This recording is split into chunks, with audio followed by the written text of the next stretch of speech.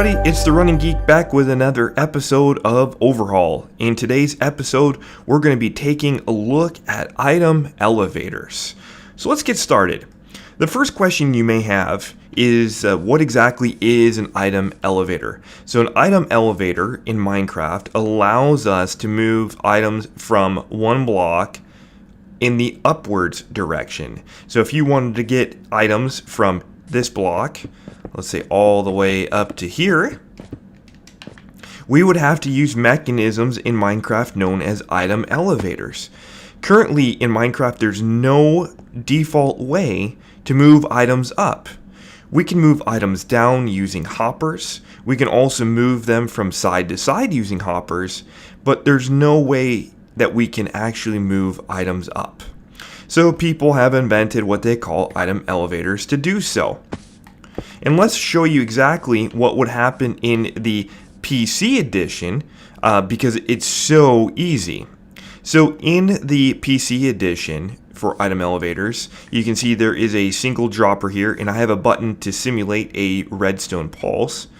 But the dropper has blocks placed right over it along with the sides. These blocks in the corners aren't actually necessary. I did it just so that it looks better. But you can actually remove those in the PC edition, and that'll work just fine. The key is to have the block over the dropper and to the sides. Now what'll happen in the PC edition is as items are released from the dropper, they'll float all the way to the top, and then you can use things like water streams and that sort of thing to move them either into hoppers once they get up to their destination. So if we hit this button here, you can see what happens in Pocket Edition is that the redstone just hangs out on top of the dropper. It doesn't float through blocks, it doesn't do anything, it just stays there. So let's do that again. So it just stays there. So that the PC edition does not work in Pocket Edition. So we need to come up with a mechanism that does. So and now I'm going to show you the more traditional item elevator in Pocket Edition. I want a special call out to MCPE Redstone. You can find MCPE Redstone on YouTube. This was just the first one that I saw when I was playing my Let's Play series and building item elevators. So I just want to call him out for the design here. It's a simple design. It's a stack of droppers, and it's got a redstone torch tower. Now the idea with this elevator is that as items come into this dropper at the bottom, it then, with all this redstone circuitry, creates a pulse mechanism that then sends essentially a triggered redstone pulse all the way up through the droppers here. So the item would move from dropper to dropper to dropper to dropper, and the redstone pulse flickers and pulses with it as a chain reaction of what's going on with this dropper. So if we put a stack of cobblestone in here, you should see a bunch of flashing, and you'll see that items are now appearing into the chest. Okay, so that is the traditional item elevator. But let me talk to you about a couple of things that can go wrong with this item elevator.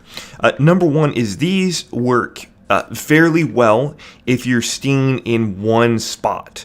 So if you have a world that you're working in and you're not leaving the chunks and you're not traveling very far away, these work great because they can stay active. The problem becomes is when items are, let's say, in the middle of the elevator here, and all of a sudden your chunks unload, but there's nothing left in the bottom to actually trigger the redstone clocks. Items tend to get stuck in the elevator. So let me show you. I can simulate that by just placing an item in the dropper. You can see there's no flashing going on, and the item stays there. And it's essentially stuck. It really is stuck because what will happen is there will only be the number of pulses as items go through this bottom dropper. And as you can see, that repeater now will never cause another pulse. So that item is essentially jammed in the item elevator. And you can see how many droppers we have. That's essentially how many items can actually get jammed in there. So that is kind of one of the flaws. The other is that this type of elevator also does tend to jam up just on a normal basis. So if I were to put an entire stack, let's see if the entire stack made it here. Sometimes it does. But you can see there's only 61 cobblestone blocks. And again, that's because the hopper moves faster than this clock can keep up with ticks and pulses. So where did those cobblestones end up here? They're stuck in one of these droppers. Okay. There's one. There's a comparator. There's another block. And there's another one. So you can see it's very inconsistent. So you get items are always lost. And if you have a mob farm attached to this, this can get jammed up really quick, and you end up starting to lose items. So let's get to overhauling. So I'm going to start with some droppers here, and let's make a dropper tower, and let's go up. Let's go up 6. 3, 4, 5, 6. All right. Then I'm going to grab out some diorite. And you might be going, oh my word, diorite. Well, if you get, the more redstone you build, you will soon discover that it is very helpful if you place all of your redstone circuitry on the same block of some sort. And I just use diorite. Number one, because it's white and the reds tends to stick out on it. And number two, it's not that great of a block. That and granite, the only reason I don't use granite is because it's kind of more that reddish color, so it doesn't tend to stick out. But I may use it for a secondary line or something like that. So I don't use a lot of diorite in my builds, and so I always have it available, and I'm always like, what should I use this for? Instead of burning it up. So I use it for my redstone builds, and it really helps out. So we're going to put a base of 6 down here by the first dropper. Let's first put some hoppers in here. So let's come out 4, and then we'll put a chest. So the idea is we're going to put our items in the chest, goes through the hoppers, and then we'll go up to item elevator. Let's also put our chest at the top here. Okay. That's good. So in this chest just simulates, you could have a mob farm, you could have a water stream bringing items in, it could be a chain of hoppers, etc. But they're all going to go into this dropper here. Then we're going to get out our comparator. The basic concept of this item elevator is we're going to do a comparison of every dropper in the chain. If there's an item in it, we're going to send a pulse through it. Okay. Then what we're going to do is we're going to put a repeater after the comparator. So this comparator is going to tell us if there are items in this dropper. If there are, send out a redstone signal. We're going to use a repeater here though, because if there's only one item, let me grab some redstone here. If there's only one item in the dropper, and let's simulate that, one piece of glass here, it will send out a signal of 1. So you can see that piece of redstone is lit up, however this is not. So by adding a repeater to this circuit, now we've strengthened the signal, and we can go around like this, and you can see the signal is just fine. Okay. Then we're going to put this final piece of redstone in here, and what that is doing is it's essentially creating a pulse. You can see it blinking here, and the reason it's blinking is because there is an item. Let me take that out, and it stopped blinking. There's an item in here. So this comparator detects it, sends out a redstone signal, which goes to the repeater, which goes through these 4 pieces of redstone and back into the comparator. That essentially subtracts that length from here, causing a pulse. So if I put that back in there, you can see it blinking. Now the one thing that we need to do now is we need to get that pulse going to the dropper. So that is very simple. We're going to put a redstone block, and then we're going to put a piece of redstone dust, which then powers this block, which then causes this dropper to push its item up. So you can see the redstone is no longer there. It should be in this one. Perfect. All right, so that is essentially the level, and what we need to do then is repeat that for the 6 levels up. I'm going to show you a couple levels here, just so you get an idea of how this works. So what you want to do for the next level is you want to place the block, whatever block you're using to put redstone on, you're going to place it above the comparator. That's the key. This is the key to the pattern of making this work. Then we're just going to put our die right down, and we're going to rebuild our circuit. So comparator, put our repeater down, put redstone, complete this circuit, and then we'll power the dropper. Okay, so the redstone should now be up there. Perfect.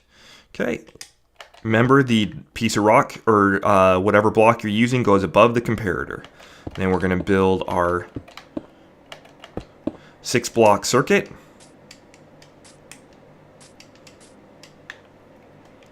So comparator, repeater,